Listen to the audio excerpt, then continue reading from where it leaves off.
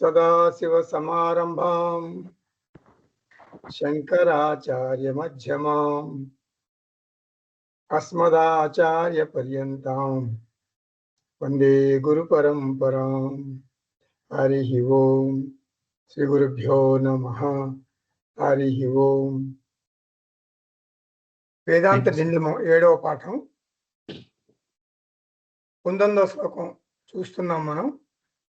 అద్వైత ద్వైతవాదౌ ద్వౌ సూక్ష్మ స్థూల దశాంగతౌ అద్వైతవాదాన్ మోక్ష స్యాత్ ఇతి వేదాంత డిండిమః. కొన్ని గ్రంథాలు వేదాంత డిండిమం లాంటివి, రమణ మహర్షి ఉపదేశ సారం లాంటివి. అలా శ్లోకం చదవగానే అర్థమైపోతుంది. అసలు విడమరి చెప్పవసరం లేదు. అంత సాంస్క్రిట్లో ఉన్నా కూడా అంత తేలిగ్గా మనకు అర్థమైపోతాయి అన్నమాట. ఇది అటువంటిది వేదాంత డిండిమం. అద్వైతం ద్వైతం ఏది ముఖ్యం రెండింట్లో అని ఎవరిని అడిగితే పిచ్చివాడ రెండు ముఖ్యమే అంటాం మనం. నృసింహ సరస్వతి కూడా అదే అన్నారు. మనం జీవిస్తాం, ఎన్నేళ్ళు జీవిస్తాం తెలియదు, ఎంతో కొంతకాలం జీవిస్తాం కదా. జీవించినంతకాలం ద్వైతం ఉండాల్సిందే, జీవించినంతకాలం మనసులో అద్వైతం ఉండాల్సిందే. అద్వైతం ముఖ్యమే, ద్వైతం ముఖ్యమే, రెండూ ముఖ్యమే. వ్యవహారంలో ద్వైతం ఉంటుంది, ఉండి తీరాలి. అంటే ఇంద్రియాలతోనే చేస్తాం కదా వ్యవహారం. అందుకే మనకు ఒక శ్లోకం ఉంది, ఆవా అద్వైతం సదా కుర్యాత్, క్రియాత్ అద్వైతం నా కర్హిచిత్, అద్వైతం త్రిషు లోకేషు నా అద్వైతం గురునా సహా. శంకరాచార్య అంటారనమాట ఒక చోట. తంబూరా శృతిలాగా అద్వైతం ఉండాలి మనసులో, వ్యవహారంలో ద్వైతం ఉండాలి. ఇప్పుడు మనకు మోడర్న్ సైన్స్ ఏం చెబుతుంది? మోడర్న్ సైన్స్ ఏం చెబుతుంది మనకు? మోడర్న్ సైన్స్ మనకి ఈ ప్రపంచంలో మనం ఏది చూసినా కూడా ఒక కదిలే శక్తి, ప్రోటాన్స్ ఎలక్ట్రాన్స్ అవన్నీ కూడా మూవ్ అవుతాయి అన్నమాట, కదిలే శక్తి అని తెలుసుకుంటాం మనం. అయినా సరే వ్యవహారం చేస్తాం, తెలుసు మనకు సైన్స్ ప్రకారం అలా ఉంటుందని. కాబట్టి వ్యవహారంలో ద్వైతం తప్పదు. ఇప్పుడు ఒక ప్లేట్ ఉంది, అన్నం ఉంది, ప్లేట్లో కదా అన్నం ఉంది. ప్లేటు బ్రహ్మమేనా? కాదు కదా. సర్వం బ్రహ్మమయం జగత్ అంటే ప్లేట్ కూడా బ్రహ్మమే, అన్నం కూడా బ్రహ్మమే, రెండు బ్రహ్మమే. మరి ఏం తింటాం? ఏది తింటాం అంటే ప్లేటు తినం, అన్నం తింటాం, అంతే కదా. అంటే వ్యవహారంలో భేదం చూసి తీరాలి, అది తప్ప. లేకపోతే పిచ్చోడు అంటారు. వ్యవహారంలో భేదం చూడాలి. అద్వైతం త్రిషు లోకేషు అంటే మూడు లోకాల్లోనూ అద్వైతమే సత్యం. నా అద్వైతం గురునా సహా, గురువు వద్దకు వెళ్ళి బాగా అర్థమైంది అద్వైతం, గురువు గారు మీరు బ్రహ్మ, నేను బ్రహ్మ, అంతా బ్రహ్మమయం జగత్. ఇప్పటిదాకా నాకు తెలియలే ఈ విషయం, ఇప్పుడు తెలిసింది. ఇప్పుడు మీకు నమస్కారం నేను చేయలేకపోతున్నాను, ఎందుకంటే మీరు బ్రహ్మ, నేను బ్రహ్మ, ఒకటే కదా మన ఇద్దరం. కాబట్టి మన రోల్స్ కొన్నాళ్ళు మార్చుకుందాం. నేను గురువుని, మీరు శిష్యుడు, మీరు నాకు నమస్కారం చేయండి తమాషాగా అని అనకూడదు. ఎందుకంటే వ్యవహారంలో గురువు గురువే, శిష్యుడు శిష్యుడే, సర్వం బ్రహ్మమయం జగత్తు. వ్యవహారంలో తెలివిగా చేయాలి. వ్యవహారంలో గురువు గురువే, శిష్యుడు శిష్యుడే, శాస్త్రం శాస్త్రమే, ఈశ్వరుడు ఈశ్వరుడే. భేదాలు ఉంటాయి. ఇక్కడ అద్వైతం పనికిరాదు. ఇప్పుడు స్వప్నంలో ఆకలి వేస్తే మరి మన ఇంట్లో చాలా మంచి ఆహారాలు ఉన్నాయి, అవేం తీసుకోం. స్వప్నంలో మిథ్యా ఫుడ్డే తీసుకుంటాం, మిథ్యా ఆహారం తీసుకుంటాం స్వప్నంలో. అలాగే వ్యవహారంలో అంటే జాగ్రత్త అవస్థలో కూడా వ్యవహారిక ప్రపంచాన్ని గౌరవించాలి. ఇంద్రియాలు ఉంటాయి, ఇంద్రియాలు ఉంటాయి, శబ్ద స్పర్శ రూప రస గంధ, వాటిని గౌరవించాలి వ్యవహారిక ప్రపంచంలో. కానీ వెనక మనసులో అంటే నేపథ్యంలో తంబూరా శృతి ఉండాలి, అంటే అద్వైతం ఉండాలి. అద్వైత జ్ఞానమే మోక్ష కారణం అని గ్రహించాలి. అద్వైతవాదాత్, అద్వైత దర్శనం ద్వారానే మోక్ష స్యాత్ ఇది వేదాంత డిండిమః.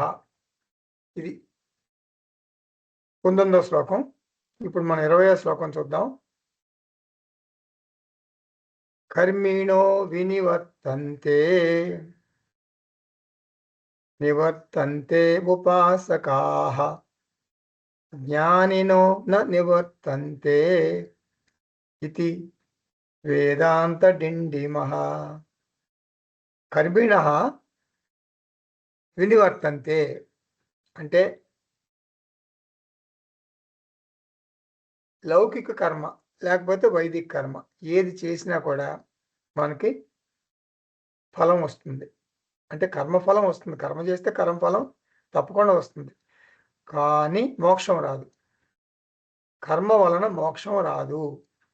కాబట్టి పునరపి జననం, పునరపి మరణం అంటే జనన మరణ చక్రం తప్పదు, తప్పదు అంతే. కర్మ వలన పునరపి జననం, పునరపి మరణ చక్రం ఉంటుంది. కర్మల వలన మనకి స్వర్గలోకం ప్రాప్తించవచ్చు.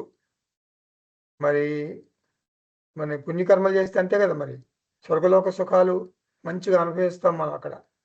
కానీ కొంతకాలం అనుభవించిన తర్వాత తేతం భుక్త్వా స్వర్గలోకం విశాలం క్షీణే పుణ్యే మర్త్యలోకం విశంతి. తప్పదు, ఎక్కడికి భూలోకానికి రావటం తప్పదు. ఇంకా వేరే ఉపనిషత్తులో భూలోకం కాదు, స్వర్గలోకం నుంచి డైరెక్ట్గా ఇంకా ఇంకా కొంచెం దాన్ని ఏమంటారు, చిన్న చిన్న పురుగు అట్లాంటి జన్మలు కూడా ఎత్తవచ్చు అనమాట. హీన జన్మలు అవి కూడా ఎత్తవచ్చు. మానవ జన్మ అంత మంచి జన్మ ఎత్తాలనుకో రూల్ లేదు అని వేరే ఉపనిషత్తులో వస్తుంది. సో కాబట్టి కర్మ యోగం వలన జ్ఞానం రాదు, జనన మరణ చక్రం తప్పదు. కర్మిణః వినివర్తంతే నివర్తంతే ఉపాసకాః. ఓకే, కర్మ వల్ల ఏమి అంటే మోక్షం రాదని తెలుసుకున్నాం, స్వర్గలోకం వస్తుంది. మరి ఇంకా ఇంకా బ్రహ్మలోకం వచ్చినా కూడా వాడి గ్యారంటీ లేదు అక్కడ ముక్తి వస్తుందని. మళ్ళీ వెంటనే భూలోకానికి రావాల్సిన ఇది పట్టవచ్చు. అయితే ఉపాసన కొంచెం బెటరు. అంటే చాలామంది అనుకుంటారు, చాలామంది అసలు ఉపాసనలో మరి దాంట్లో మునిగిపోతారు. సరస్వతి ఉపాసకులు, దేవి ఉపాసకులు, మరి శివుని ఉపాసిస్తాడు, మరి శివుడితో మాట్లాడతాడు, కొంతమంది సాయిబాబాతో మాట్లాడతాడని చెప్తారు, చెప్పుకుంటారు, స్వయంగా చెప్పుకుంటారు, చాలామంది చెప్తారు కూడా. సిద్ధులు వస్తాయి వాళ్ళ దగ్గరికి వెళ్తే, నిజంగానే జరుగుతాయి. పిల్లలు లేని వాళ్ళకి పిల్లలు పుడతారు, మరి అట్లా ఆస్తి లేని వాళ్ళకి ఆస్తి వస్తుంది. ఆయన ఆశీర్వదిస్తే చాలు. కొంతమంది ఇట్లా బొట్టు పెడతారు, బొట్టు పెట్టి ఆ చెయ్యి తీరి ఇంకా ఆ వేలు అట్లా ఉంచుతారు కాసేపు. ఏదో ఆయన దగ్గర నుంచి మీ దగ్గరికి ఏదో శక్తి ప్రవహించినట్టుగా మీరు ఫీల్ అవ్వాలన్నమాట. ఇలా ఎన్నో సిద్ధులు ప్రదర్శిస్తారు. వాటిలో కొన్ని నిజాలు కూడా ఉండొచ్చు. కానీ ఆంజనేయ ఉపాసకులు, మరి దేవి ఉపాసకులు ఇట్లా ఉపాసన వాళ్ళు ప్రచారం చేసుకుంటారు. వాళ్ళు స్పెషల్ బట్టలు కట్టుకుంటారు. వాళ్ళు చాలా సమాజంలో పేరు ప్రఖ్యాతులు ఉంటాయి. వాళ్ళకి ప్రభుత్వం గుర్తించి వాళ్ళకి క్యాబినెట్ పదవులు ఆ పదవులు కూడా ఇచ్చిన ఆశ్చర్యం లేదు. ఆ ఉపాసకులు అజ్ఞానులు. ఎందుకంటే ఉపాసకులు వాళ్ళు. ఉపాసనా యోగం వల్ల మోక్షము రాదు. వేదాంతం వారిని అంటే ఉపాసకులను అజ్ఞానులు అంటుంది. కర్మయోగులు, ఉపాసనా యోగులు. ఎందుకు అజ్ఞానులు? ఎందుకంటే వాళ్ళకి ఆత్మజ్ఞానం లేదు. ఆత్మజ్ఞానం గురించి వారు అసలు ప్రయత్నం చేయలేదు, వేదాంత శ్రవణం చేయలేదు. అందరు ఉపాసకులకు క్రమముక్తి లభిస్తుందని గ్యారెంటీ లేదు. మనకి భగవద్గీత ఒక చోట క్రమముక్తి వస్తుందంటారు.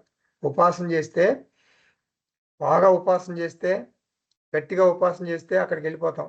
అంటే టాప్ మోస్ట్ లోకం బ్రహ్మలోకం. పుణ్యలోకాలకు వెళ్ళిపోతాం. అంటే బ్రహ్మలోకం టాప్ మోస్ట్, సత్యలోకం అని కూడా అంటాం.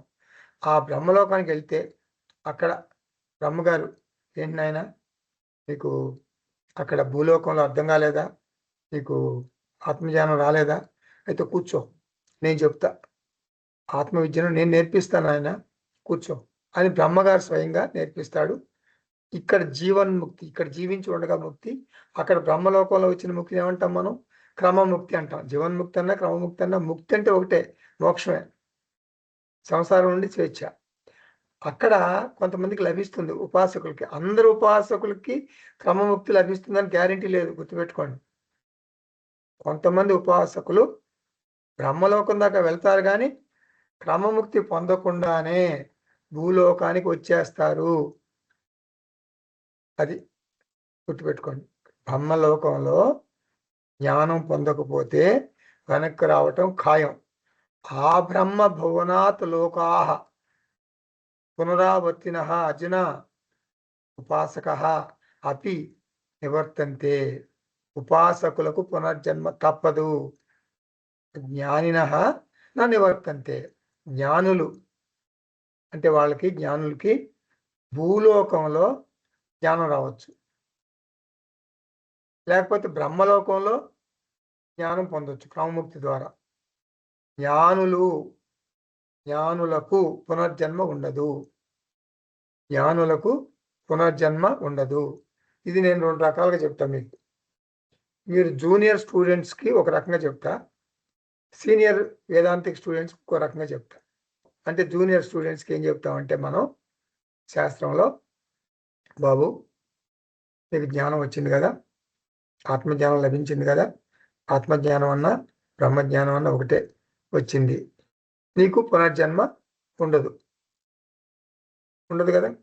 ఎందుకని ఉండదు? నీకు ఆత్మజ్ఞానం వస్తే అసలు ఎందుకు పునర్జన్మ ఎక్కడ ఎందుకు ఉంటుంది? కర్మల వల్ల ఉంటుంది. ఈ కర్మలన్నీ దగ్ధమైపోయినాయి కదా, అందుకని ఉండదు. ఇది జూనియర్ స్టూడెంట్స్కి చెప్పేది. ఏమిటది? మనకి 3 కర్మలు ఉంటాయి. ప్రతి జీవికి 3 కర్మలు ఉంటాయి. సంచిత కర్మ, ఆగామి కర్మ, ప్రారబ్ధ కర్మ. ఈ 3 కర్మలు ఉంటాయి. మనం ఎందుకు పుడతాం? మనం ఎందుకు పుట్టాం? ప్రారబ్ధ కర్మలను పుట్టాం. ఇప్పుడు ఫ్రిడ్జ్లో బెండకాయలు, వంకాయలు, మరి దొండకాయలు, రకరకాల కూరగాయలు ఉంటాయి. ఈరోజు ఏం వండావు? ఒకటే వండుతావు, వంకాయ బయటకు తీస్తావు, వంకాయ కూర వండుతావు. అంటే దాని ప్రారంభం ఆ ఫ్రిడ్జ్లో కూరగాయల్లో దానికి ప్రారంభం వచ్చిందనమాట. వంకాయ ప్రారంభం అయిపోయింది. రేపు ఏం చేస్తావు? అదే ఫ్రిడ్జ్లోంచి బెండకాయలు తీస్తావు, బెండకాయకి ప్రారంభం అయిపోయింది, బెండకాయ లైఫ్ అయిపోయింది. అదే ఫ్రిడ్జ్లోంచి రేపు అంటే ఎల్లుండి దొండకాయలు తీస్తావు, అయిపోయింది. అలాగే పెద్ద సంచి ఉంది మనకి. ఆ సంచిలోంచి కొంచెం ప్రారంభం మూట, చిన్న మూట వచ్చేస్తుంది. ఒక జన్మ వచ్చిందనమాట. ఈ జన్మలో మనిషిగా పుట్టావు. ఇంకో మూట, ప్రారంభం మూట, నెక్స్ట్ జన్మలో దున్నపోతుగా పుడతావు. ఇంకో జన్మలో దేవతగా పుట్టవచ్చు. 14 లోకాల్లో ఏ లోకంలోనూ పుట్టవచ్చు. ఇలా ప్రారంభం మన జన్మ కారణం కదా. సంచిత కర్మలు, ప్రారంభ కర్మ మన జన్మ కారణం. ఆ సంచిత కర్మలోంచి ప్రారంభ కర్మ చిన్న చిన్న గోళికాయ అంత వచ్చేసింది. ప్రారంభం ఉన్నంత వరకు మనం జీవిస్తాం. ఆగామి కర్మ అంటదు. సంచిత కర్మ నాశనం, భస్మం అయిపోయింది. జ్ఞానం వస్తే ఈ 3 కర్మలు కూడా, సంచిత కర్మ దగ్ధమైపోయింది, సంచిత కర్మ అసలు లేదు ఇంకా, కాబట్టి పునర్జన్మ ఉండదు. ఆగామి కర్మ అంటే ఇప్పుడు నువ్వు జీవించి ఉండగా చేసే కర్మలు. ఆగామి కర్మల్లో మళ్ళీ పాప కర్మలు, పుణ్యకర్మలు ఉండొచ్చు. నువ్వు ఆత్మజ్ఞానంతో కర్మ చేస్తావు కాబట్టి ఆగామి కర్మలు నీకేం అంటావు, అంటే పాపం ఉండదు, పుణ్యం ఉండదు. ప్రారంభ కర్మ అయితే శుభ్రంగా అయిపోగానే టపా కట్టేస్తాం. ఇది జీవన్ముక్తి. కర్మలన్నీ నాశనం. అంటే ఫ్యూయల్. ఇప్పుడు కారులో పెట్రోల్ ఉంటేనే కదా ప్రయాణం చేస్తావు. పెట్రోల్ అయిపోయింది అంతే, బంద్, ప్రయాణం లేదు, ఏం లేదు. ప్రారంభ కర్మ అయిపోగానే చనిపోతాం. సంచిత కర్మలో నుండి మరొక ప్రారంభం వచ్చి మనకు జన్మ వస్తుంది. ఆత్మజ్ఞానం రాగానే ఏం జరుగుతుంది? సంచిత కర్మ భస్మం అయిపోతుంది, ఆగామి కర్మ అంటదు, ప్రారంభ కర్మ లేదు, ఇంకా ఖర్చు అయిపోయింది కదా. కాబట్టి జీవుడికి ప్రయాణం ఉండదు. ట్రావెల్ చేయటానికి ఫ్యూయల్ కర్మ. కర్మ లేదు కాబట్టి ప్రయాణం ఉండదు. కర్మ లేదు కాబట్టి జీవుడికి పునర్జన్మ ఉండదు. ఇంతవరకు కర్మల వలన నా ప్రయాణం జరిగింది, ఇక నాకు కర్మలు లేవు అంటే ప్రయాణం లేదు. ఇది జూనియర్ స్టూడెంట్స్కి శాస్త్రం చెప్పేటటువంటి ఒక జవాబు.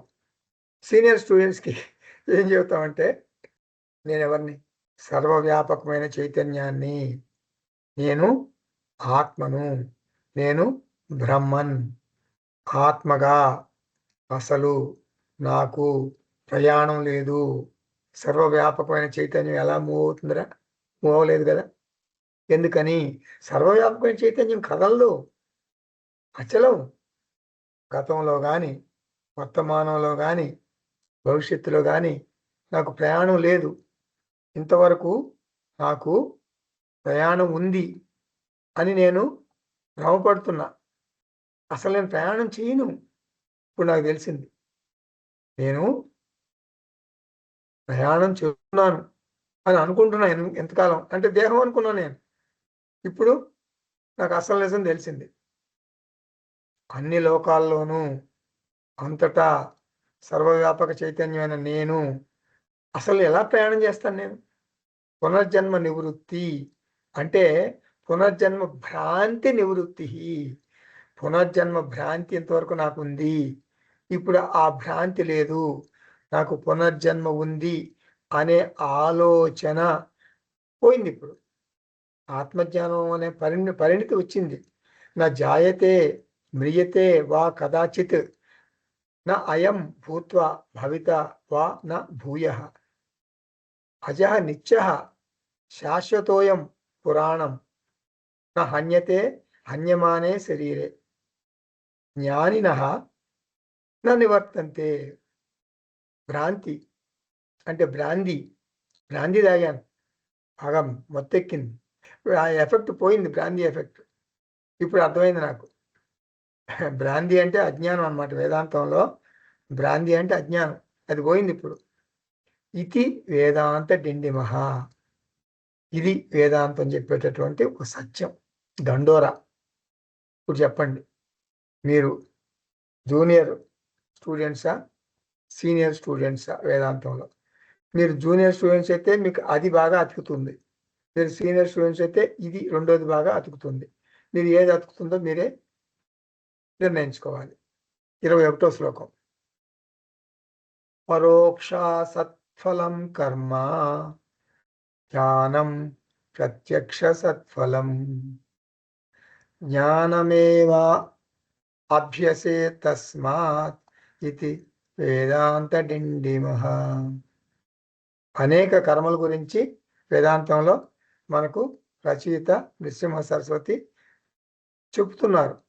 వేద పూర్వభాగం, వేద అంతభాగం. ఏది సెలెక్ట్ చేసుకోవాలి మనం? ఏది సెలెక్ట్ చేసుకోవాలి? నీ ముందు ఇద్దరు ఉన్నారు, ఎవరిని పెళ్లి చేసుకుంటావు? ఇద్దరిలో ఒకరిని సెలెక్ట్ చేసుకో. శ్రేయస్సు, శ్రేయస్సు. సాధారణంగా ఊరిని పైకి మాట్లాడతారు, కానీ ఎవరైనా ప్రేయస్సుని పెళ్లి చేసుకుంటారు. ఎందుకు? ప్రేయస్సు చాలా అందంగా ఉంటుంది శ్రేయస్సు కంటే. ప్రేయస్సు చాలా చాలా అందంగా ఉంటుంది. ఎవరైనా ఉప్పు లేకుండా ఆహారం తీసుకుంటారా? ఉప్పు లేని ఆహారం చాలా మంచిది ఆరోగ్యానికి అంటారు. బతికిన 4 రోజులు మంచిగా బతకాలి, చక్కగా హాయిగా తిని బతుకుదాం, తిని చచ్చిపోదాం అని. టేస్టీ ఫుడ్, హెల్దీ ఫుడ్ రెండు ఉంటాయి. హెల్దీ ఫుడ్ అంటే ఆరోగ్యానికి సరైన ఫుడ్ టేస్టీగా ఉండకపోవచ్చు, కానీ హెల్త్కి చాలా మంచిది. అది మనం దేనికి ప్రిఫరెన్స్ ఇస్తాం? టేస్టీ ఫుడ్కే ప్రిఫరెన్స్ ఇస్తాం. పచ్చిమిరపకాయ బజ్జీలు మంచిది కాదు, మనకి ఆరోగ్యానికి మంచిది కాదు, గ్యాస్ వస్తుంది, మనం స్టమక్ ఇది ప్రాబ్లమ్స్ వస్తాయి. వస్తే వచ్చినాయి, కావాలని ట్యాబ్లెట్ వేసుకుంటాం, శుభ్రంగా తినేద్దాం కదా. బజ్జీలు, పచ్చిమిరపకాయ బజ్జీలు, మిర్చి బజ్జీలు తినకుండా ఎవడు ఉంటాడు? తిన్నాం, ఏమైంది? షుగర్ కంప్లైంట్ ఉంది, ఉంటే నన్నేం చేస్తుంది? నేను గుళ్ళో పూజారిని, దేవుడి గుళ్ళో పూజారి నేను, కృష్ణ మందిరం నాది. నన్ను ఏం చేస్తారు? దేవుడు ఏం చేస్తాడు? షుగర్ కంప్లైంట్ నాకు ఉంటే ఉండొచ్చు అని శుభ్రంగా తిన్నాడు అనుకోండి, కృష్ణ మందిరంలో పూజారి, ఏం చేస్తాడు? శుభ్రంగా టపా కట్టేస్తాడు. ఎందుకు? షుగర్ కంప్లైంట్ ఉంటే స్వీట్లు అట్లా తినకూడదు కదా, రోజు అన్నం తింటున్నాడు. ఎందుకంటే భక్తులు తీసుకొస్తున్నారు కదా, ప్యాకెట్లు తీసుకొస్తారు భక్తులు, అక్కడ కనపడుతున్నాయి. కృష్ణుడికి నైవేద్యం సమర్పిస్తున్నాడు, ప్రసాద మనస్తత్వంతో కృష్ణుడే నాకు ఇది ఇచ్చాడు, ఈ స్వీట్లు ఇచ్చాడని తినేస్తున్నాడు. కాబట్టి అది ప్రేయస్సు, ప్రియంగా ఉండేది ప్రేయస్సు. జ్ఞానం ముఖ్యం. వేద పూర్వ భాగం, వేదాంత భాగంలో మనం ఏది సెలెక్ట్ చేసుకోవాలి? జ్ఞానాన్ని సెలెక్ట్ చేసుకోవాలి. శ్రేయచ్చ ప్రేయచ్చ మనుష్యమేత తౌ సంపరీచ్య వివినక్తి ధీర శ్రేయోహి ధీరోభి ప్రేయసో వృణీతే ప్రేయో మంద యోగక్షేమాత్ వృణీతే. కఠోపనిషత్తులో 9 సంవత్సరాల బాలుడు, చూడండి, 9 సంవత్సరాల బాలుడు, అతని పేరు నచికేతుడు. శ్రేయస్సు వద్దు, నాకు శ్రేయస్సే కావాలి అని శ్రేయస్సును సెలెక్ట్ చేసుకున్నాడు. మందబుద్ధులకు మాత్రమే కర్మ కోరుకుంటారు, మందబుద్ధులు కోరుకుంటారు. మందబుద్ధులు అంటే 99.9% మందబుద్ధులే ఉంటారు ప్రపంచంలో. ఎక్కడికి వెళ్ళినా, మీరు తిరుపతి వెళ్ళినా కూడా, తిరుపతిలో వెంకటేశ్వర స్వామి దర్శనానికి వెళ్తే వెంకటేశ్వర స్వామి గురించి ఎవరు మాట్లాడుకోరు. మీకు ఎన్ని దర్శనాలు అయినాయి? ఎమ్మెల్యే దర్శనం అయిందా? సీఎం దర్శనం అయిందా? ఎన్ని గంటలు లైన్లో ఉన్నారు? ఇది మాట్లాడుకుంటారు తప్ప, మీరు మరి పద్మావతి గెస్ట్ హౌస్లో ఉన్నారా, మీకు అక్కడ ఉన్నారా, ఇక్కడ ఉన్నారా, మీరు వాటర్ బాటిల్స్ మన బాటిల్లో ఉన్నాయా, ప్లాస్టిక్ బాటిల్స్ ఎలా చేస్తున్నారా, ఇట్లా చెత్త మాట్లాడతారు తప్ప వెంకటేశ్వర స్వామి విభూతుల గురించి కానీ, వెంకటేశ్వర స్వామిని గురించి కానీ, అసలు భక్తి గురించి కానీ, జ్ఞానం గురించి కానీ మాట్లాడు ఎక్కడ వినపడదు. ఈవెన్ మైకులో కూడా తిరుపతిలో మీరు అది చేయండి, ఇది చేయండి అని ఏదేదో డూస్ డోంట్స్ చెప్తారు, కానీ దేవుడి గురించి చెప్పే చాలా తక్కువ ఉంటుంది. వివేకులు శ్రేయస్సును కోరుకుంటారు. శ్రేయస్సుకి తేడా ఏమిటి? పరోక్షం, అసత్ ఫలం. కర్మ చేస్తే ఫలం వస్తుంది, అది అనిత్యం, అది పరోక్షం. ప్రత్యక్షం అనిపిస్తుంది కానీ పరోక్షమే. అది మనకు వ్యక్తం కాదు. మన శబ్ద స్పర్శ రూప రసగంధ ఈ యొక్క ఇంద్రియాలకి మనకి అవగతం కాదు. అది మనం చూడలేం, దృష్ట ఫలం అయినా కూడా చూడలేం. ఇప్పుడు కర్మలు చేస్తాం అంటే వెంటనే ఫలితాన్ని ఇవ్వదు, కొంతకాలం మనం వెయిట్ చేయాలి. ప్రత్యక్షం కాదు, అది ఎప్పుడు పరోక్షమే. ఇప్పుడు రైతు ఉంటాడు, విత్తనాలు చల్లుతాడు, పంట చేతికి వస్తుందని నమ్మకం ఏంటి? వచ్చింది, పంట చేతికి వచ్చిందా? రాలేదు. ఎవరో అతివృష్టి అనావృష్టి. రైతు పంట చేతికి వచ్చే వరకు ఇట్లా చేతులు దండం పెడతాడు దేవుడికి, బాబు పంట ఇంటికి వచ్చేటట్టు చూడు. ఆ బస్తాలు, వడ్ల బస్తాలు ఇంటికి వచ్చేదాకా మనకి దినదిన గండం 100 ఏళ్ళ ఆయుష్. ఇది అతివృష్టి అనావృష్టి. కర్మఫలం ఇలాగే ఉంటుంది. కర్మఫలం భవిష్యత్తులో వచ్చే ఫలం. నీకు మోక్షం భవిష్యత్తులో వస్తుంది, ఏదొచ్చినా భవిష్యత్తులోనే. పరోక్షం అనమాట. మనకు తెలియదు, మనకు కనపడదు కదా భవిష్యత్తు, మన ఊహలకు అతీతం. మన ఇంద్రియాలే కదా మనకు ఉంది, ఇంకా ఏమున్నాయి? భూతకాలాన్ని కానీ భవిష్యత్ కాలాన్ని కానీ తెలుసుకోలేవు, వర్తమానాన్ని మాత్రమే తెలుసుకోగలవు. కర్మఫలం భూతం కాదు, వర్తమానం కాదు. భావి అంటే భవిష్యత్తు. కర్మఫలం పాస్ట్ కాదు, ప్రజెంట్లో వచ్చేది కాదు, తర్వాత భవిష్యత్తులో వస్తుంది. Unpredictable, uncontrollable, unreliable. ఇంగ్లీష్లో ఓ ప్రావర్బ్ ఉంది, there is a lot of SLIP, slip between the cup and the lip. ఇది ప్రావర్బ్ ఇంగ్లీష్లో. అంటే ఏంటి? ఈ కప్పులో అక్కయ్య కాఫీ తాగు అని మంచి వేడి కాఫీ ఇచ్చారు, ఆ కప్పు నీ ముందే ఉంది. ఆ కప్పులో కాఫీ నీ గొంతులోకి, నీలోకి వెళ్తుంది, నువ్వు తాగేస్తావా కప్పు అని చెప్పటానికి వీల్లేదు. ఎన్నో చూడండి, కప్పులో కాఫీ రెడీగా నీ ముందు ఉన్నా కూడా అది నువ్వు తాగుతావో నమ్మకం లేదు. ఏదైనా ఆటంకం రావచ్చు. ఎనీ ఆటంకం రావచ్చు. అది ఆ ప్రావెర్బ్‌కి సంబంధించిన ఒక కథ కూడా ఉందనమాట. ఆళ్ళేం చేస్తారంటే దాంట్లో నీ నీ నీ పొలంలో ద్రాక్ష పండించుకున్నావు. వైన్ అంటారు. ఇంగ్లీష్‌లో ప్రొవర్బ్ అంటే నీ పొలంలో పండిన వైను మన పొలంలో మరి బియ్యం పండించుకుంటాం గదా! వడ్లు పండించుకుంటాం గదా! అలా వాళ్ళేంటంటే ఇంగ్లీష్ వాళ్ళు ద్రాక్ష ఏస్తారు. ద్రాక్షేసి దాంట్లోంచి వైన్ తీస్తారు. నీ పొలంలో పండినటువంటి వైను నువ్వు తాగుతావు అని నమ్మకం లేదురా! అది దానర్థం. ఒకళ్ళ పొలంలో వైను అంటే ద్రాక్ష పండించారు. దాంట్లోంచి వైన్ తీశారు. కప్‌లో పోశారు. ఆయనకిచ్చారు. ఈ వైన్ ఎక్కడిది? ఈ కప్పులో వైను నీ పొలంలో పండిందే తాగు అన్నారు. వాడు ఆ కప్పులో వైన్ తాగాలి. ఈ లోపల ఆయన ఏదో పెద్ద జమీందారు లాంటి వాడనమాట. ఆయనకి ఒక మెసేజ్ వస్తుంది. ఏంటి? నీ పొలంలో అక్కడ పందులొచ్చి అన్ని పంటలు తినేస్తున్నాయి అని మెసేజ్ వస్తుంది. అంటే వెంటనే తుపాకీ పట్టుకొని మన పందులు పాడు చేస్తాయి కదా! పొలాలను పాడు చేస్తాయి కదా! అంటే అడవి పందులనమాట అది. వెంటనే ఈ కప్పిలాగా ఉంటుంది. వెళ్ళిపోయాడు. ఆ పందుల్ని ఇది చేయటానికి, చెదరగొట్టడానికి. అంటే అది దాని అర్థం. ఈ స్లిప్, లిప్పు అది చెప్పాను కదా! ఇప్పుడు నేను. అది దాని అర్థం. Unpredictable. A lot of slip between the cup and the lip. అది అసత్తు, అనిత్యం, మిథ్య, ఇంపర్మనెంట్. మనం అనుకున్నట్లు అనుకూల కర్మఫలం వచ్చినా కూడా అనుకూలంగా వచ్చిందండి. చాలా బాగుంది. Everything is okay. నా భార్య వండర్‌ఫుల్. నా భర్త వండర్‌ఫుల్. పిల్లలు వండర్‌ఫుల్. నా వియ్యంకుడు వేపురాలు ఇక్కడే హైదరాబాదే. చాలా మంచివాళ్ళు. ఎంత మంచివాళ్ళంటే నేను చెప్పలేను అసలు వాళ్ళ గురించి. అంతా everything is okay. Okay. Very good. Very good. అయినా కూడా సమస్య ఉంది. ఏమిటది సమస్య? త్రివిధ దోషాలు. అందరికి తెలుసు కదా! మనకు బ్యాడ్. బి అంటే బంధకత్వం. ఏ అతృప్తికరత్వం. బి దుఃఖ మిశ్రితత్వం. దుఃఖ మిశ్రితత్వం, అతృప్తికరత్వం, బంధకత్వం.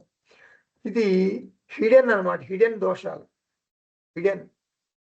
అది. ఇప్పుడు హోమియోపతిలో పైకి పంచదార ఉంటుంది. లోపల హిడెన్‌గా ఏముంటుంది? ముందుంటుంది మనకి. మన జబ్బు నయం చేయడానికి ముందుంటుంది. అది పాజిటివ్. ఇది నెగెటివ్. హిడెన్‌గా దోషాలున్నాయి దీంట్లో. జ్ఞానం ప్రత్యక్ష కర్మఫలం. ఆత్మజ్ఞానం ప్రత్యక్ష కర్మఫలం. వెంటనే ఫలం అందుతుంది. ఇన్‌స్టంట్ కాఫీలాగా నేను నా కళ్ళను ప్రమాణంగా వాడితే ఇప్పుడు నేను ఆ కళ్ళతో చూస్తున్నా. ఆ వస్తువు యొక్క రూపురేఖలు వెంటనే అర్థమైపోతాయి. అంటే ఆ వస్తువు జ్ఞానం వస్తుంది. ఇది పెన్ను. నాకు తెలిసిపోయింది కదా! పెన్ను జ్ఞానం వచ్చేసింది. అలాగే ఆత్మజ్ఞానం వస్తుంది. ఆత్మ భూతం గాదు. భూతం అంటే పిశాచం. అది కాదు. భూతం అంటే పాస్ట్ టెన్స్ కాదు. భావి కాదు. అంటే భవిష్యత్తు కాదు. వర్తమానం అంటే ప్రెజెంట్ టెన్స్. అంటే నిత్యం. త్రికాలాల్లో ఉంటుంది. శాస్త్ర ప్రమాణం ఎప్పుడూ ఉంటుంది. త్రికాలాపి తిష్టతి. వేదాంత శ్రవణం శ్రద్ధగా చేస్తే జ్ఞానం వెంటనే వస్తుంది. ఇన్‌స్టంటేనియస్. మరి మోక్షం సంగతేమిటి? గుర్తుపెట్టుకోండి. ఇప్పుడు జ్ఞానం వస్తే ఆత్మజ్ఞానం ఒక వారం తర్వాత గాని, కొంతమందికి ఒక నెల తర్వాత గాని, కొంతమందికి ఒక 5, 6 వీక్స్ కూడా పట్టొచ్చు మోక్షం రావటానికి. అని అనుకోకూడదు. సైమల్టేనియస్ అంతే. నీకు ఆత్మజ్ఞానం వచ్చింది అంటే మోక్షం వచ్చింది. అంతే. ఆత్మజ్ఞానం అన్నా, బ్రహ్మజ్ఞానం అన్నా, మోక్షం అన్నా, ముక్తి అన్నా, జీవన్ముక్తి అన్నా ఒకటే. నాకు తెలుసు. నేను నిత్యముక్త ఆత్మ అని తెలుసు. తెలిసిపోయిందింకా. నేను మోక్షం కోసం ఎన్ని రోజులు తప్పించాలి? ఇంకా అయిపోయింది. ఆత్మజ్ఞానం వచ్చిందంటే ఇంక మోక్షం వచ్చినట్టే. ఇంకా నువ్వు తప్పించాల్సిన పని లేదు. జ్ఞానం మోక్షం ఏకకాలంలో జరుగుతాయి, సైమల్టేనియస్గా జరుగుతాయి. మోక్షం నా స్వరూపము, నీటి స్వరూపం చల్లదనము, అగ్ని స్వరూపం వేడి. అగ్ని, నువ్వు ఎందుకు వేడిగా ఉన్నావు? నిజం చెప్పు అంటే అది నా స్వరూపంలో పోయి, దట్ ఈస్ నా స్వభావం. అది ఏం చెప్తా? నీరు నీరు ఎందుకు చల్లగా ఉన్నావు? అది నా స్వభావం. అలాగే ఆత్మజ్ఞానం ఏమిటి? నీకు మోక్షం ఎందుకు వచ్చింది అంటే, ఆత్మజ్ఞానం అంటే నేను ఆత్మననే తెలుసుకున్నాను, అది నా స్వభావం. ఆత్మ స్వభావం ఏమిటి? మోక్షం, ముక్తి, స్వేచ్ఛ, ఇండిపెండెంట్, స్వతంత్రం. I don't bother. నువ్వు నన్ను ప్రేమిస్తున్నావా? I don't care. నువ్వు నన్ను ప్రేమించట్లేదా? I don't care. ఈ శరీరం ఉందా? I don't care. పోయిందా? నో. నీ శరీరం ఓకే, పోతే పోతే, వస్తే వస్తా. నేను ఆత్మని. ఆత్మకు ఈ శరీరమే నే కాదంటే ఇంక నీ శరీరం నా సంగతి నాకెందుకు? ఈ దేహం నేను కాదు అని ఒక పక్క నేను అంటుంటే, నువ్వు ఎవరైనా సరే ఈ దేహానికి రిలేషనే కదా. భార్య, భర్త, పిల్లలు, ఆఫీసు, ఎనీథింగ్. నా ఇష్టదైవం. ఇష్టదైవం అంటే దీనికే కదా ఇష్టదైవం, దేహానికే కదా. I don't care. ఇది జ్ఞానం అంటే, ఇది ఆత్మజ్ఞానం అంటే. కానీ ఇది మనకు అద్వైతం వాళ్ళకి ఇట్లా ఉంటుంది. విశిష్టాద్వైతంలో అలా మాట్లాడరు వాళ్ళు. వాళ్ళు ఏం చేస్తారు?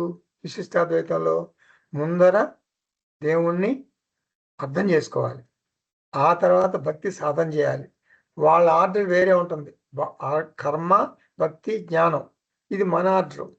వాళ్ళ విశిష్టాద్వైతంలో వాళ్ళ ఆర్డర్ ఏమిటిది? కర్మ, తర్వాత జ్ఞానం, ఆ తర్వాత భక్తి. వాళ్ళకి అసలు జీవన్ముక్తి అనేది లేదు. విశిష్టాద్వైతంలో జీవన్ముక్తి అనే మాట అనేది ఉండదు వాళ్ళకి.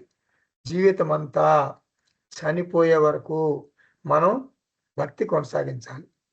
మరణించిన తర్వాత ఏం జరుగుతుంది? మరణించిన తర్వాత నీకు వైకుంఠంలో మోక్షం వస్తుంది. అంటే భవిష్యత్తు అనమాట అది. నీకు విశిష్టాద్వైతంలో నీకు భవిష్యత్తులో మోక్షం వస్తుంది. మోక్షం అంటే ఏమిటి? వైకుంఠంలో నువ్వు అక్కడ విష్ణుమూర్తి పక్కన కూర్చుంటావు. ఇదంతా భవిష్యత్తులో జరిగే సంఘటనలు. వాళ్ళు భవిష్యత్తులో జరుగుతుందని అంటారు, భవిష్యత్తులో మోక్షం వస్తుంది. కానీ అద్వైతంలో మోక్షము ఇప్పుడే, ఇక్కడే, బతికి ఉండగానే వస్తుంది, భవిష్యత్తులో వచ్చేది కాదు. మోక్షము అనేది ఒక మానసిక పరిణితి, మానసిక స్థితి. అది ప్రత్యక్ష ఫలం, దృష్ట ఫలం. ఆత్మజ్ఞానం వచ్చిన తర్వాత మోక్షం ఎంతకాలం ఉంటుంది? అరే పోదు, మోక్షం పోదు. అది నా స్వస్వరూపం, ఆత్మస్వరూపం, నా స్వరూపం. అది పోదింకా, నిత్యం. అది సత్ఫలం, నిత్యఫలం. పరోక్షం, అనిత్య ఫలం. అది కర్మఫలం. కర్మఫలం అనిత్యం, పరోక్షం. ప్రత్యక్షం జ్ఞానఫలం, నిత్యఫలం. ఇంత స్పష్టంగా ఈ రెండు విషయాలు నీకు తెలిస్తే మరి నువ్వు కర్మకాండలో ఎందుకు కూరుకుపోవాలని అనుకుంటున్నావు? మనం కర్మలను వదిలేయమని అంటం లేదు. జ్ఞానమునకు రావటానికి కర్మను ఒక మెట్టుగా ఉపయోగించుకోవాలి. అది తెలివైన పని. జ్ఞానం ఏవ అభ్యసేత్. జ్ఞానానికి ప్రాధాన్యత ఇవ్వు. వేదాంత శ్రవణ మనన నిధిధ్యాసనాల ద్వారా జ్ఞానాన్ని పొందు. ఇది వేదాంత డిండి మహా. వేదాంతం సింహంలాగా గర్జిస్తుంది ఈ విషయంలో. ఇందాక చెప్పాను కదా, విశిష్టాద్వైతంలో తర్వాత ఎప్పుడో మోక్షం వస్తుంది, ఫ్యూచర్ ఈవెంట్ మోక్షం. అలాగే క్రిస్టియానిటీలో కూడా మోక్షం, దాన్ని ఏమంటారు, ఫ్యూచర్ ఈవెంట్. క్రిస్టియానిటీలో కూడా తర్వాత, చనిపోయిన తర్వాత మనం అక్కడ దేవుడి రాజ్యంలోకి వెళ్తాం, అక్కడ స్వర్గంలోకి వెళ్తాం. నాకు తెలిసిన వాళ్ళు ఒకళ్ళు ఉన్నారు, ఒక ఫ్యామిలీ. వాళ్ళు మతం మారలా, వాళ్ళకి సంబంధించిన పెద్దవాళ్ళంతా మతం మారారు. విచిత్రం ఏంటంటే వీళ్ళ పిల్లలు కూడా మతం మారారు. వాళ్ళకి 2 అమ్మాయిలు ఉన్నారు, 2 అమ్మాయిలు మతం మారారు, 2 అల్లుళ్ళు మతం మారారు, అంటే క్రిస్టియన్స్ అయిపోయారు. వాళ్ళు అంతా, వాళ్ళు క్రిస్టియన్స్ పై వాళ్ళు. వీళ్ళిద్దరు మాత్రం హిందూస్ హిందూస్గానే ఉండిపోయారు. అయితే వాళ్ళ పిల్లలు, అమ్మాయిలు అమ్మ అమ్మ నాన్న, అమ్మ నాన్న మీరు కూడా క్రిస్టియన్స్గా మారిపోయింది. మనం అక్కడ పైన మరి స్వర్గలోకంలో కలుసుకోలేము. మేము దేవుడి రాజ్యంలోకి అక్కడికి వెళ్ళిపోతాం, స్వర్గలోకానికి. మీరు ఇక్కడే ఉండిపోతారు, మీరు పాపలోకాలకు వెళ్తారు. మీరు దయచేసి మారండి నాన్న, మారండి అమ్మ అని బతిమాలుతుంటారు వాళ్ళు. అది ఫ్యూచర్ ఈవెంట్ అనమాట, వాళ్ళ ఫ్యూచర్ ఈవెంట్. 22వ శ్లోకం. వృధా శ్రమోయం విదుషాం వృధాయం కర్మిణాం శ్రమః యది న బ్రహ్మ విజ్ఞానం ఇది వేదాంత డిండిమః. ఒక హెచ్చరిక చేస్తున్నారు మనకి. ఎవరు? నృసింహ సరస్వతి. కర్మయోగం సాధన చెయ్యాలి, ఉపాసనాయోగం సాధన చెయ్యాలి.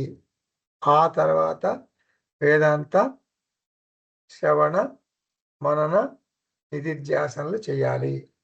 అన్ని సాధనలోనూ ఆ గోల్ మర్చిపోకూడదు మనం. What is your goal? What is your destination? నీ లక్ష్యం ఏమిటి అంటే, నాకు మోక్షము కావాలి, అంతే. మోక్షం కావాలి, ముక్తి కావాలి. ఏ పనన్నా చెయ్యి. ఏ పనన్నా అంటే నువ్వు లౌకిక పనులు చేసినా కూడా ఇదే నీకు గోల్ కావాలి, ఆధ్యాత్మిక పనులు చేసినా కూడా ఇదే గోల్ కావాలి. ఒక ఫుట్బాల్ మ్యాచ్ ఆడుతున్నారు అనుకోండి, ఒక టీము చాలా బాగా హ్యాండిల్ చేస్తున్నారు బాల్ని, అంటే వేరే ఆపోజిట్ సైడ్కి అసలు బాల్ వెళ్ళటల్లా, చాలా బాగా ఆడుతున్నారు. ఒక్కసారి కొట్టారంటే తాడి చెట్టు అంత ఎత్తి ఎగురుతుంది బాల్. అబ్బో అని ఆకాశం చూస్తే మనకు మెండెప్పి వస్తుంది, అంత బాగా ఎత్తు కొడతారు. ఒక చోట ఒక్కసారి తన్నంటే ఆ స్టేడియంలో మధ్యలోకి వెళ్ళిపోతుంది బాల్. అంటే ఎంత బాగా ఆడుతున్నారు వాళ్ళు, చాలా బాగా ఆడుతున్నారు.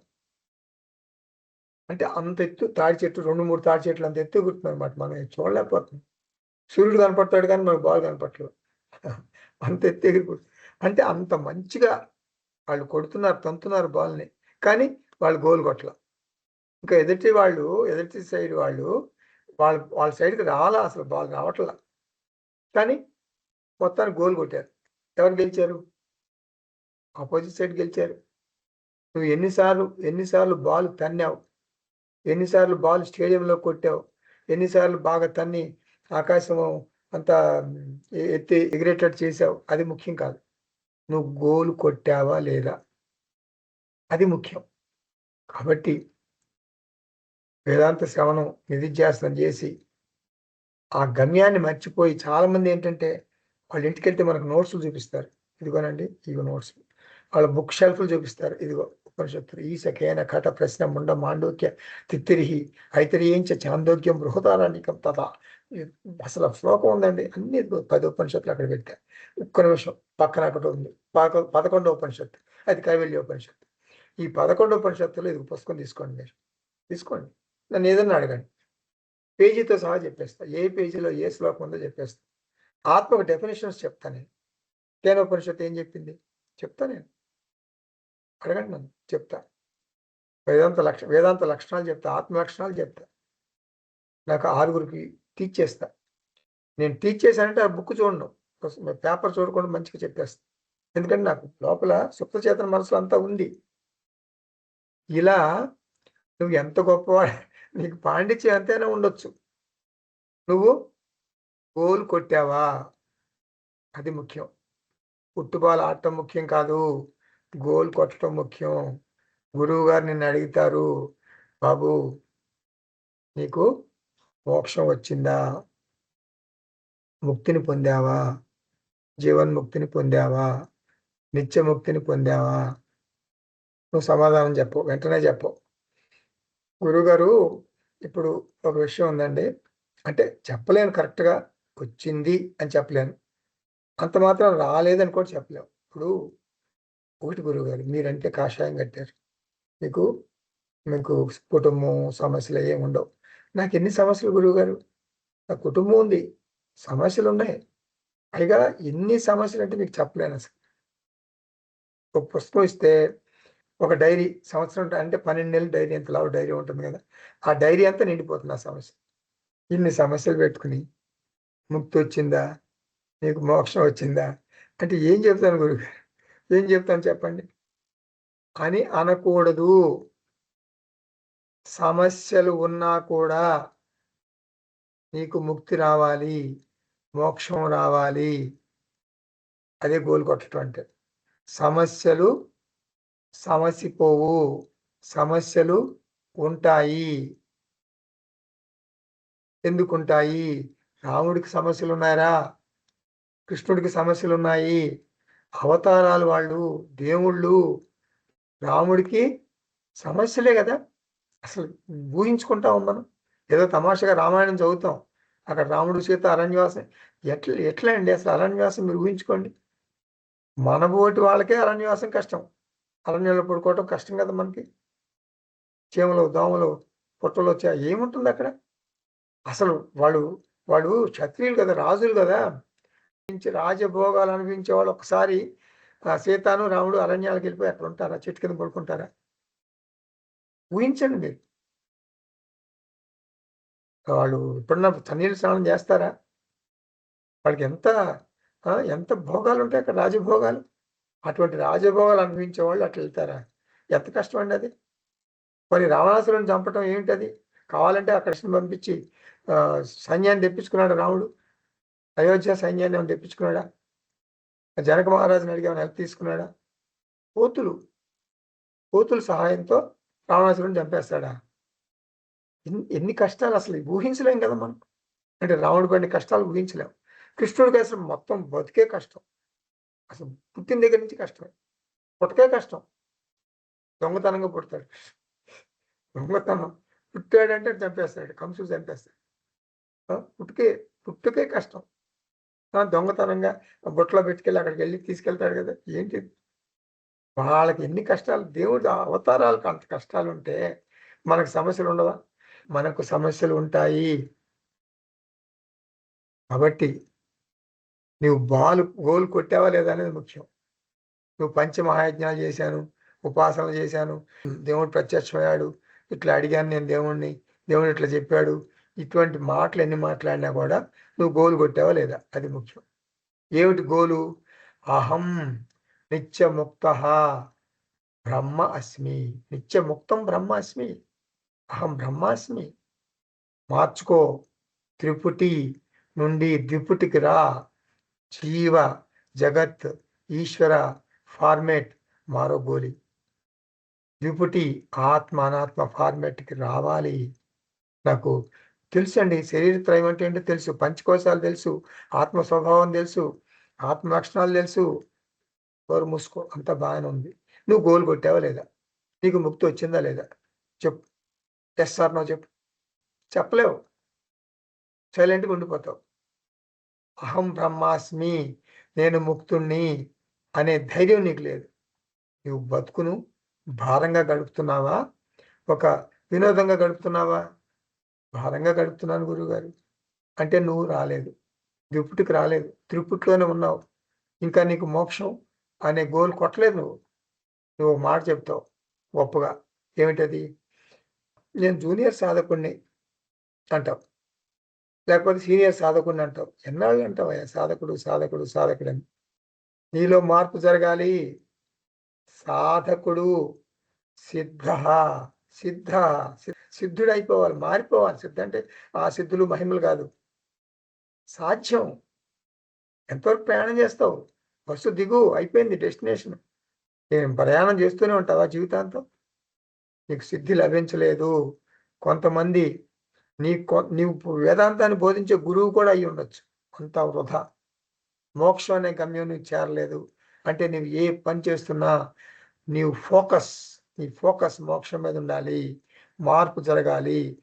కూర్చో, ఒంటరిగా గదిలో కూర్చో, అంతర్వేక్షం చేసుకో, నిన్ను ప్రశ్న అడుక్కో. ఒక ప్రశ్న అడుగు, నీవు ఏ స్థితిలో ఉన్నావు? నీకు నీ అంతరాత్మ నుండి జవాబు రావాలి. నేను సాధకుణ్ణి కాదు, సిద్ధం బ్రహ్మ అని నీ అంతరాత్మ చెప్పాలి. జీవ, జగత్తు, ఈశ్వర తప్ప ఉంటాయి వ్యవహారంలో. జీవుడు ఉంటాడు, జగత్తు ఉంటుంది, ఈశ్వరుడు ఉంటాడు. వ్యవహారంలో తప్పదు, అది అనాది, అంతం లేదు. జీవుడు కర్మలు చేస్తూనే ఉంటాడు. ఈశ్వరుడు కర్మఫల దాత, కర్మఫలాన్ని ఇస్తూనే ఉంటాడు. జగత్తు మారిపోతుంటుంది, సృష్టి స్థితి లయ జరుగుతూనే ఉంటుంది. మరి నామరూప ప్రయోజనం ప్రక్రియ జరుగుతూనే ఉంటుంది. నేను జీవ, జగత్తు, ఈశ్వర ఈ మూడింటికి నేను అధిష్టానం. జీవ, జగత్, ఈశ్వర ఈ మూడింటికి నేను అధిష్టానం అని ధైర్యంగా చెప్పగలవా? ఇది గోల్ కొట్టడం అంటే. ఇదే గోల్ కొట్టడం అంటే. ఇది జరగకపోతే నీ పాండిత్యం వృధా, నీ సాధన వృధా. అందుకే స్వామి చిన్మయానంద అంటారు, నీవు 10 ఉపనిషత్తులు చదివానంటున్నావు, నిజమే. ఎన్ని ఉపనిషత్తులు నీవు జీర్ణించుకున్నావు? మోక్షానికి ఒక ఉపనిషత్తు చాలు. విదుషాం శమః వృధా యది నా బ్రహ్మ విజ్ఞానం. అంటే ద్విపుటిలోకి రాకపోతే నీ సాధనలు వృధా. కర్మిణాం శమః వృధా. కర్మయోగ యొక్క ఆరాటం, పోరాటం, యజ్ఞాలు, త్యాగాలు అంతా వృధా, బూడిదలో పోసిన పన్నీరు. ఆ సాధనలన్నీ మోక్షాన్ని ఇవ్వకపోతే వృధా అని నృసింహ సరస్వతి అంటున్నారు. ఇది బ్రహ్మ విజ్ఞానం నా భవతి. జీవితంలో ఎన్ని సమస్యలు ఉన్నా కూడా నేను నిత్యముక్తుని అనగలగాలి. ఎన్నాళ్ళు చెప్తావయ్యా నాకు సమస్యలు ఉన్నాయి, నా కొడుకు విడాకులు తీసుకున్నాడు, నా కూతురు విడాకులు తీసుకుంది, లేకపోతే నా కూతురికి ఒక పిల్లలు పుట్టలేదు. ఏంటి సమస్యలు? ఈ సమస్యలు కూతురికి బానిస అయిపోతారు కొంతమంది. కూతురు ఇంట్లో వెట్టి చాకరీ చేస్తారు, కూతురింట్లో ఉంటారు, అక్కడే చచ్చిపోతారు. కొంతమంది కొడుకు ఇంట్లో ఉంటారు, కొడుకు వెట్టి చాకరీ చేస్తారు. వాళ్ళ పిల్లలు స్కూల్లో తెచ్చడం, స్కూల్ నుంచి తీసుకురావటం, వాళ్ళకేమో మైండింగ్, పిల్లల మైండింగ్. ఏంటిది? అందుకని నువ్వు పుట్టావు? అసలు నీకు స్వతంత్రంగా బతకటం రాదా? నీకు శాస్త్రం తెలుసు, కానీ స్వతంత్రంగా బతకటం తెలియదు. దాసోహం దాసోహం దాసోహం. కూతురుకు దాసోహం, కొడుకు దాసోహం, కోడలకు దాసోహం, అందరికీ దాసోహం దాసోహం. ఎందుకు నీ బతుకు? మోక్షం లేదు. మోక్షం ఎట్లా వస్తుంది సార్? సమస్యలు మళ్ళీ కొడుకు సమస్యలు నా సమస్యలే కదా. నేను కొడుకు ఇంట్లో ఉంటున్నాను. ఎందుకు ఉంటున్నావు? ఎవరు ఉండమన్నారు నిన్ను? లేదు, ఒక స్పష్టత లేదు, క్లారిటీ లేదు, అట్లా బతికేస్తారంతే. సమస్యలు ఎవరికి లేవు. ఆకాశంలో నక్షత్రాలు ఎప్పుడు ఉండవు, అప్పుడు ఉంటాయి. సముద్రంలో అలలు ఎప్పుడు ఉంటాయి. అలలు ఉండగానే సముద్ర స్నానం చెయ్యాలి. దేహం ఉన్నంత వరకు సమస్యలు ఉంటాయి. మెడికల్ చెకప్ చేసుకుంటే, మాస్టర్ చెకప్ చేసుకుంటే ఏదో ఒక సమస్య, ఆరోగ్య సమస్య బయటపడుతుంది. బయటపడదా? సమస్యలు లేని మానవ జీవితం ఉండదు. చెప్పాను కదా, శ్రీరాముడికి సమస్యలు ఉన్నాయి, శ్రీకృష్ణుడికి సమస్యలు ఉన్నాయి. జీవితం అంతా సమస్యల మయం. పగల నక్షత్రాలు కనపడవు అంటే సూర్యుడి వెలుగులో నక్షత్రాలన్నీ మాడిపోతాయి. కాదు, మాడిపోవు. నక్షత్రాలు ఉంటాయి పగలు, కానీ సూర్యుడి యొక్క వెలుగులో మనకు కనపడవు. రాత్రిపూట కనపడతాయి, స్పష్టంగా కనపడతాయి. అంటే ఆ నక్షత్రాల సమస్యలు అనుకోండి, అంటే పగలపూట సమస్యలు ఉన్నట్టే కదా. అట్లాగే నీకు ఆత్మజ్ఞానం వచ్చిన తర్వాత సమస్యలు అన్నీ కూడా మరి సమస్య పోవు, అలాగే ఉంటాయి. నక్షత్రాలు పగలు అలాగే ఉంటాయి కదా. నువ్వు ఆత్మజ్ఞానం అనేటటువంటి సూర్యోదయం వలన, ఆత్మజ్ఞానం నీ మనసులో పరిణితి చెందటం వలన, నీ మనసు ఒక ఆకాశం అనుకో, సమస్యలు నక్షత్రాలు అనుకో. మనసు నిండా నక్షత్రాలు, ఆకాశం కదా మనసు, నక్షత్రాలు ఉన్నాయి. ఎక్కడికి పోవు సమస్యలు, ఎక్కడికి పోవు. కానీ సమస్యలు ఉండవు. ఎందుకని? సూర్యోదయం అయింది. ఏంటి సూర్యోదయం? ఆత్మజ్ఞానం వచ్చింది. ఆత్మజ్ఞానం అంటే ఏమిటి? నేను ఈ దేహం కాదు, ఇంతవరకు భ్రమపడ్డాను. సమస్యలు ఈ దేహానికి సంబంధించినవి, సమస్యలు నాకు సంబంధించినవి కాదు. సమస్యల్ని పరిష్కరించుకోవటానికి నేను ప్రణాళికాబద్ధంగా వ్యవహరిస్తాను. సమస్య పోవచ్చు, సమస్య పోకపోవచ్చు. దేహంతో ఏం చేయాలో చేస్తాను, కానీ నేను దేహం కాదు. ఇది వేదాంత డిండిమహ. ఇదే వేదాంత డిండిమహ. గుర్తుపెట్టుకోండి. 23వ శ్లోకం. అలం యాగైః అలం యోగై అలం భోగై అలం ధనై పరస్మిన్ బ్రహ్మణి జ్ఞాతే ఇది వేదాంత డిండిమః. జ్ఞానం వలన, ఆత్మజ్ఞానం వలన అహం పూర్ణం బ్రహ్మ అస్మి అని తెలుస్తుంది. అంటే ఈ సృష్టిలోనిదంతా నాలోనే ఉంది, నాకు బయట సృష్టి లేదు. మత్ స్థాని సర్వభూతాని. కాబట్టి నేను పొందవలసిందంటూ ఏమీ లేదు. నాకు వెలితి లేదు, నాకు కొరత లేదు, నాకు ఇల్లు లేదు, నాకు భార్య లేదు, నాకు పిల్లలు లేరు. ఇటువంటి అసంతృప్తి భావనలు ఉండవు. ఎవరిని కదిలించినా ఏదో ఒకటి. ఎవరినైనా కదిలించండి, కూర్చోండి, నాకు నా సమస్యలు చెప్పాలంటే మీకు గంట పడుతుందండి, కూర్చోండి మంచిగా అని గంట చెప్తాడు. ఆ గంట అయిపోగానే మళ్ళీ ఈయన సమస్యలు చెప్తాడు. మత్స్థాని సర్వభూతాని అంటే అహం పూర్ణ, అహం పూర్ణం బ్రహ్మ అస్మి. అంటే ఏం లేదు ఇంకా అసలు. పూర్ణం అంటే ఏంటి? పూర్ణం అంటే పూర్ణమే కదా. పూర్ణం అంటే బాగా తింటాం తీయగా, అది కాదు. పూర్ణం అంటే అది కాదు. Full, infinite. ఇన్ఫినిట్. ఆ infinite double infinite, triple infinite అలా ఉండవు. ఇన్ఫినిట్ అంత దాంట్లోనే కదా ఉంది, ఇన్ఫినిట్లోనే కదా అంతా ఉంది. కాబట్టి అసంతృప్తి భావనలు ఉండవు, కోరికలు ఉండవు, పురుషార్థాలు ఉండవు. గుర్తుపెట్టుకోండి, ధర్మ అర్థ కామ మోక్ష. మనిషి అనేవాడు సాధించాలి, నేను మనిషిని కాదు. ఎందుకంటే నేను జ్ఞాని. నేను అహం పూర్ణ అస్మి, అహం ఆత్మ అస్మి, అహం బ్రహ్మ అస్మి. నాకు ఇంకా ఏం సాధించాలి నేను? నాకు ధర్మం లేదు, అర్థం లేదు, కామం లేదు, మోక్షం అయితే సాధించాల్సింది ఏం లేదు. వెళుతుంటే కదా, వెళుతూ పూడ్చుకోవడానికి ఏదో పని చేస్తాం. పురుష గమ్యాలు, మనిషి గమ్యాలు, హ్యూమన్ గోల్స్ అంటాం. చతుర్విధ పురుషార్థాలు, పురుషుడు సాధించాల్సినవి, లేడీస్ సాధించకపోయినా పర్వాలేదు అని అనుకోకూడదు. పురుష అర్థాలంటే పురుషుడు అంటే అక్కడ మనిషి అని, హ్యూమన్ బీయింగ్.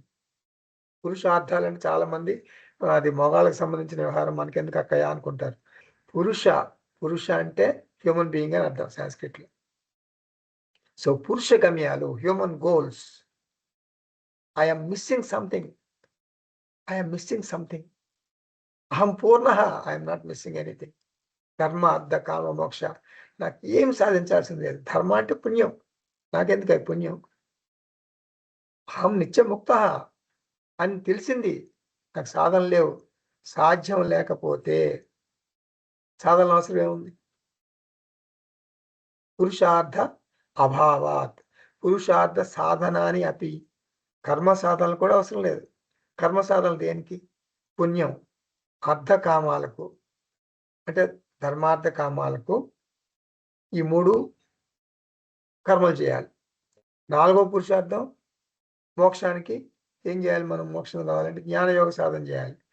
నాకు లేదయ్యా, సాధ్యం లేదు. ఇంకా ఏది సాధించాలో సాధించేశాను, అయిపోయింది. ఇంకా నాకు సాధన లేవు. నా అయితే జ్ఞానం ఏం చేస్తాడు? తన స్వప్రయోజనం గురించి నాకు సాధించాల్సింది ఏం లేదు అంటాడు కదా. కానీ లోక సంగ్రహమే వాపి సంపశ్య. జ్ఞాని కొన్ని పనులు చేస్తాడు, అంటే తన కోసం చేసుకోడు, లోక సంగ్రహం కోసం చేస్తాడు. లోకంలో అసంతృప్తి ఉంది, లోకాన్ని సంతృప్తి చేయటం కోసం చేస్తాడు. లోకానికి హితం చేయటం కోసం కొన్ని కర్మలు చేస్తాడు. నైవ తస్య కృతే నార్థ, నా కృతే నేహ కశ్చన, నా చాస్య సర్వభూతేషు కచ్చిత్ అర్థ వ్యపాశ్రయ. హార్ట్ ఎప్పుడు నిండుగా ఉంటుంది, జీవిత సాఫల్యం చేకూరింది, వచ్చిన పని అయిపోయింది. ఫలం యాగై, యాగాలన్నీ అనవసరం. ఫలం అంటే నిష్ప్రయోజనం, అంటే ఇర్రెలివెంట్ అనమాట. అంటే జ్ఞానికి ప్రయోజనం లేదు అని అర్థం చేసుకోవాలి. ఇతరులకు ప్రయోజనం ఉంటాయి, కాదంటం లేదు. యోగై అలం, భోగై అలం. నాకు యోగా అవసరం లేదు, ఇంద్రియ సుఖాలు అవసరం లేదు. ప్రారంధ పుణ్యం వలన ఇంద్రియ సుఖాలు వస్తాయి, అది తిరస్కరించడు జ్ఞాని. సుఖాలు అనుభవిస్తాడు. నా ప్రహృష్యేత్ ప్రియం ప్రాప్య. అతని ఇంద్రియ సుఖాలకు అతిగా స్పందించడు, పొంగిపోడు. ఇంద్రియ సుఖాలు లేకపోతే కృంగిపోడు. నా ఉద్విజేత్ ప్రాప్య చ అప్రియం. భగవద్గీత 5th చాప్టర్లో 20వ శ్లోకం. అంటే ప్రపంచం ద్వారా ఏదైనా విషయ ఆనందం దొరికితే శుభ్రంగా అనిపిస్తాడు. కుంగిపోడు. విషయ ఆనందం లేదనుకోండి, ఒక మ్యూజిక్కి వెళ్ళాడు, ఒక సంగీత కచేరీకి వెళ్ళాడు, చాలా బాగుంది అంటే అది విషయానందం కదా, విషయానందం మంచిగా అనిపిస్తాడు, బాగుంది. లేదు, సంగీత కచేరీ అయిపోయిన తర్వాత ఏడుపు మొహం పెట్టుకుని, ఇప్పుడు సినిమా హాల్లోకి వెళ్ళేటప్పుడు చూడండి, అందరూ భలే ఉంటారు, చాలా బాగుంటారు, మంచి మేకప్ చేసుకుని వస్తారు సినిమాకి. సినిమా హాల్ అయిపోయిన తర్వాత అందరూ వెళ్ళేటప్పుడు చూస్తుంది, ఓ బాటసారి నన్ను మరవకోయి అని ఏదో సినిమాలో విషాదంతో ఉంటారు, అందరు మొహాలు ఏడుపు మొహాలతో వెళ్తారు, మెల్లగా అడుగులు వేసుకుంటూ ఏడుపు మొహాలతో, మాడిపోయిన మొహాలతో వెళ్తుంటారు. తేడా సినిమాకి వచ్చేటప్పుడు, సినిమా నుంచి వెళ్ళేటప్పుడు తేడాలు ఉంటాయి మొహాల్లో. అట్లా ఉండదు. అంటే ఇంద్రియ సుఖాలు ఉంటే, విషయ సుఖాలు ఉంటే అనిపిస్తాడు. విషయ సుఖాలు అంటే ధార్మిక సుఖాలు, గుర్తుపెట్టుకోండి. కొంతమంది వేదాంతంలోకి వచ్చిన తర్వాత కూడా తప్పే ఉంది సార్, నువ్వు డాక్టర్ చెప్తాడు ఇంత ఒక పెగ్గ వేసుకోండి అని, తప్పేం లేదు కదా, అంటే నాకు హెల్త్ ప్రాబ్లమ్స్ ఉన్నాయి కొన్ని అంటారు. వేదాంతంకి వచ్చిన తర్వాత పిచ్చి పనులు చేయకూడదు, అవి పాప పనులు, బ్రాందీ తాగటం పాపం. కొంతమంది సడన్గా చెప్తారు నాతో, నేను బ్రాందీ మానేశాను సార్, ఫ్రిడ్జ్లోంచి బాటిల్స్ అన్ని తీసి అవతల పడేసాను సార్ అంటారు. అట్లాగే అలా మార్పు జరగాలి. మార్పు జరగకపోతే నీకు వేదాంతం వంట పట్టినట్టు కాదు. మన గురువులందరూ అలాగే మారారు. చిన్మయానంద స్వామి, చిన్మయానంద ఏదో పని మీద వెళ్ళాడు, వేరే పని మీద వెళ్ళాడు, రిషికేశ్ ఒక పని మీద వెళ్ళాడు, జర్నలిస్ట్గా వెళ్ళాడు స్వామి శివానంద దగ్గరికి, అంతే, బాత్ ఖతం, అన్నీ మానేశాడు. శివానంద ఇస్ గ్రేట్ అనుకున్నాడు, శివానంద శిష్యుడైపోయాడు, తన యొక్క ప్రొఫెషన్ మానేశాడు, ఇంక అంత అయిపోయింది. అలా టక్కన మారిపోవాలి మనం. నిజంగా నీకు వేదాంతం వంట పడితే. కొంచెం ప్రాబ్లమ్స్ ఉన్నాయండి, మా అమ్మాయికి కొన్ని ప్రాబ్లమ్స్ ఉన్నాయి, మా అబ్బాయికి కొన్ని ప్రాబ్లమ్స్ ఉన్నాయి, ఈ ప్రాబ్లమ్స్ అయిన తర్వాత మారుతాను, ఇలాంటి పిచ్చి మాటలు మాట్లాడకూడదు. వేదాంతం అంటే ఇట్ ఈస్ జస్ట్ నాలెడ్జ్. సడన్గా మారిపోవాలంతే, మార్పు జరిగిపోవాలంతే, స్లోగా మారేది కాదది. పాము కుబసం విడిచిపెట్టినట్టు నీ పాత లైఫ్కి క్యాప్ పెట్టేయాలి. స్వస్తి. ఓం పూర్ణమద పూర్ణమిదం పూర్ణాత్ పూర్ణముదచ్యతే పూర్ణస్య పూర్ణమాదాయ పూర్ణమేవావశిష్యతే. ఓం శాంతి శాంతి శాంతి. హరి ఓం. శ్రీ గురుభ్యో నమః. హరి ఓం.